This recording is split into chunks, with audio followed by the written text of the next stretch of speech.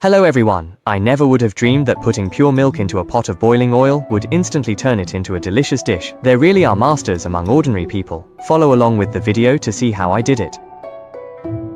First, we prepare 2 bags of pure milk that are about to expire. If you have leftover milk at home that you can't finish, don't throw it away. Once you learn this method, everyone will be fighting for it as soon as it hits the table. Pour the milk into a large bowl. If you have better ingredients at home, you can use fresh milk. Add a spoonful of cornstarch and a spoonful of sugar to the milk. You can adjust the amount of sugar according to your taste. Then, use chopsticks to stir everything thoroughly until well mixed. Prepare a clean pot and pour in the well-mixed milk. Simmer over low heat, stirring constantly with a spatula to prevent it from sticking to the bottom of the pot. During the cooking process, you'll notice the milk becoming thicker and more viscous. Cook for about 1 minute. Once it reaches the consistency shown in the video, it's ready. Pour the cooked milk into a clean container. Tap the container a few times to release any trapped air. Then use a spatula to smooth out the surface. Set it aside and let it cool naturally. Once cooled, the milk has completely set. Remove it from the mold and place it on a cutting board. Cut it in half with a knife.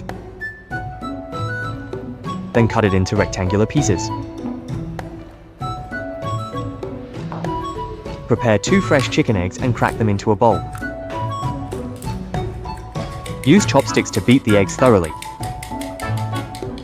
Prepare a plate and pour in an appropriate amount of starch. Then prepare a suitable amount of breadcrumbs. Evenly coat the cut milk pieces with a layer of starch.